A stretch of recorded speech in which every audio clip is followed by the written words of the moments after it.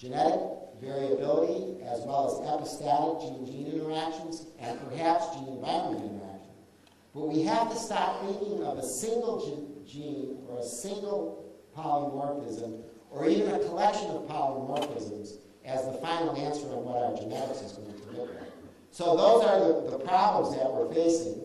How do we do the study? Well, unfortunately, we're in this mindset of if we have 1,000 individuals in our study, we'll get better answers for the statistics if we just increase to 20,000, and sometimes you hear 50,000 or 100,000 people.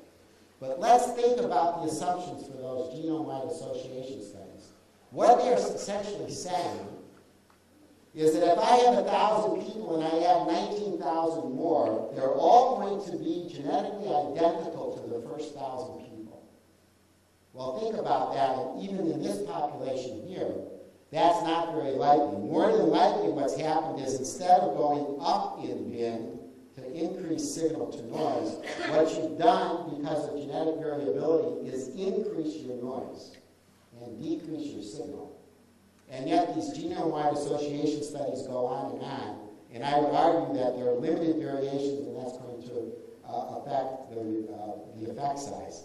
So in my boss's office is an Einstein quote, doing the same things over and over and expecting different results is the definition of insanity. So, and this has been shown here. Here is an example of the genetic diversity in Europe, and each one of these little dots is a different individual. And you can see that dots cluster. So here's the Iberian Peninsula.